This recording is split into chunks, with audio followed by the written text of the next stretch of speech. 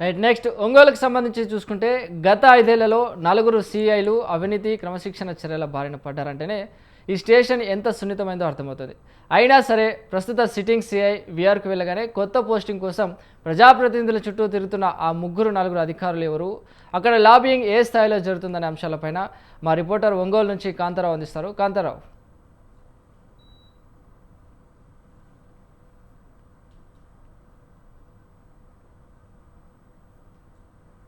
కాంతారావు, నీ వాయిస్ మ్యూట్లో ఉంది, ఒకసారి అన్మ్యూట్ చేసుకో.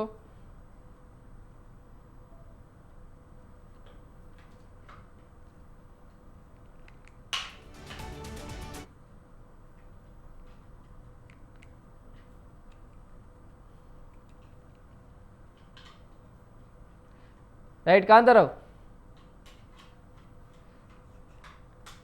చెప్పండి. ఓకే, ఇప్పుడు right.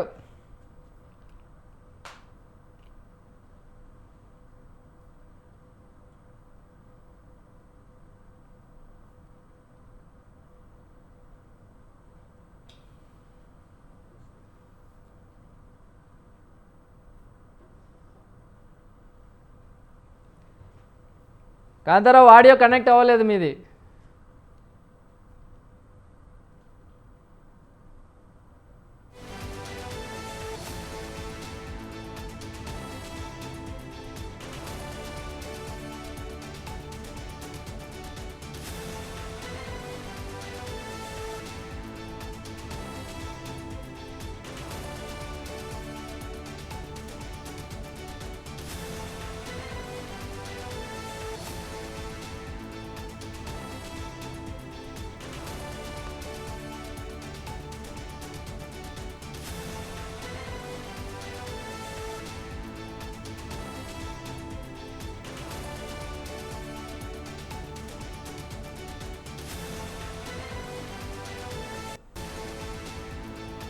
Right Kantharao, right, okay, continue చేయండి.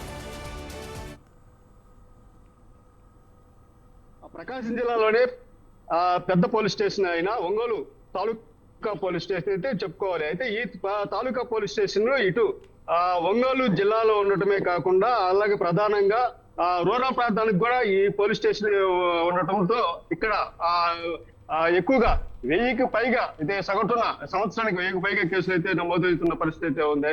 అయితే ఈ పోలీస్ స్టేషన్ కి సంబంధించి ఇటు రూరల్ ప్రాంతమైన సతనూతలపాడు మండలానికి సంబంధించి పేర్నమెట్ట గ్రామం పెద్దదిగా ఉండటము, అక్కడ ఉన్న భూ విధాలకు సంబంధించిన తగాదాలు ఎక్కువగా ఈ పోలీస్ స్టేషన్ నమోదు అవడంతో కారణంగా దీనిని అలుసుగా తీసుకున్న అధికారులు ఎవరైతే ఉన్నారో ఈ పోలీస్ స్టేషన్ లో కాసులకు కక్కుర్తి పడి ఇక్కడ అయితే బేరసారాలు సాగిస్తున్నారు అని చెప్పుకోవచ్చు. అయితే ఇక్కడ పనిచేసిన సిఐలు గతంలో 4 సస్పెన్షన్ వేటు అయితే పడిన పరిస్థితి ఉంది. అయితే ఈ పోలీస్ స్టేషన్ పరిధిలో ఎక్కువగా కేసులు నమోదు ఉండటం, అలాగే దీనికి సంబంధించి ఇక్కడ ఏదైతే అధికారులు కాసులకు కక్కుర్తి పడి ఇక్కడ పనిచేస్తున్న పరిస్థితి ఉందని చెప్పుకోవచ్చు. అయితే ఇక్కడ ప్రస్తుతం పనిచేస్తున్న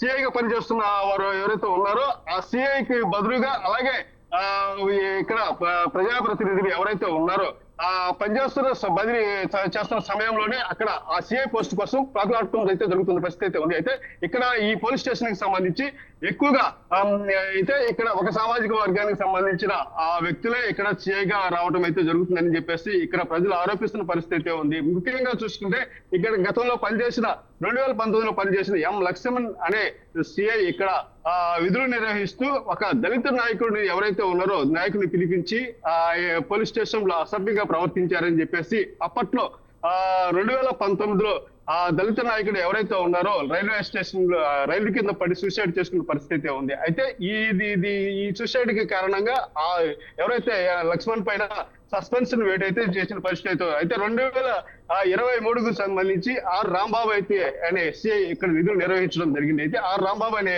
సిఐ ఎస్టీ సమాజ వర్గానికి చెందిన ఒక వ్యక్తిపై మూత్ర విసర్జన చేసి అతన్ని అసభ్యంగా ప్రవర్తించిన పరిస్థితి ఉండటంతో అప్పటి అధికారులు అతనిపై సస్పెన్షన్ వేయడంతో పాటు ఆ విధుల్లో ఉన్న ఆ పోలీసులను సైతం వారికి క్రమశిక్షణ చర్యల్లో భాగంగా విఆర్ని పంపించడం అయితే జరిగింది. అలాగే 2000 తర్వాత అజయ్ కుమార్ అనే వ్యక్తి 2024లో ఇక్కడ విధులు నిర్వహించిన అజయ్ కుమార్ వ్యక్తి 9 నెలలే ఇక్కడ విధులు నిర్వహించినప్పటికీ ఆ అజయ్ కుమార్ అనే వ్యక్తిని ఒక ప్రముఖ టీడీపీ నాయకుడు హత్య కేసులో విచారణ నిమిత్తంలో ఆలస్యం చేశాడని చెప్పేసి అలసత్వం చేశాడని చెప్పేసి అతను విధుల నుంచి విఆర్కి పంపించడం అయితే జరిగింది. అయితే ఇక్కడ ఉన్న విజయ్ కృష్ణ అనే ప్రస్తుతం పనిచేస్తున్న ఆ సిఐ ఎవరైతే ఉన్నారో అతను కూడా విధి నిర్వహణలో సక్రమంగా చేయటం లేదని చెప్పేసి సివిల్ వివాదాలలో ఎక్కువగా తలదూస్తున్నాడని చెప్పేసి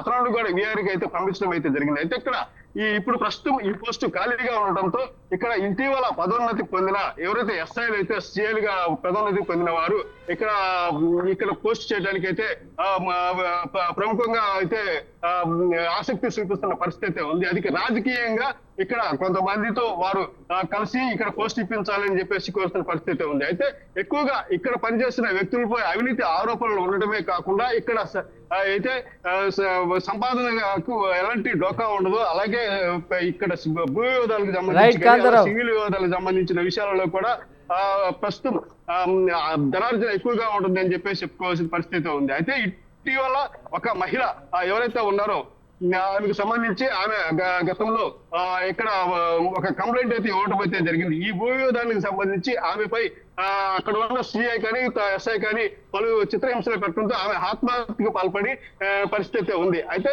ఇక్కడ ఉన్న పరిస్థితిలో ఇక్కడ సిఐ ఎవరైతే ఉన్నారో మంచి వ్యక్తులు అయితే సిఐగా నియమించాలని చెప్పేసి ఇటు ప్రజలు కానీ ఇటు ప్రజా సంఘాల నాయకులు కానీ కోరుతున్న పరిస్థితి ఉంది.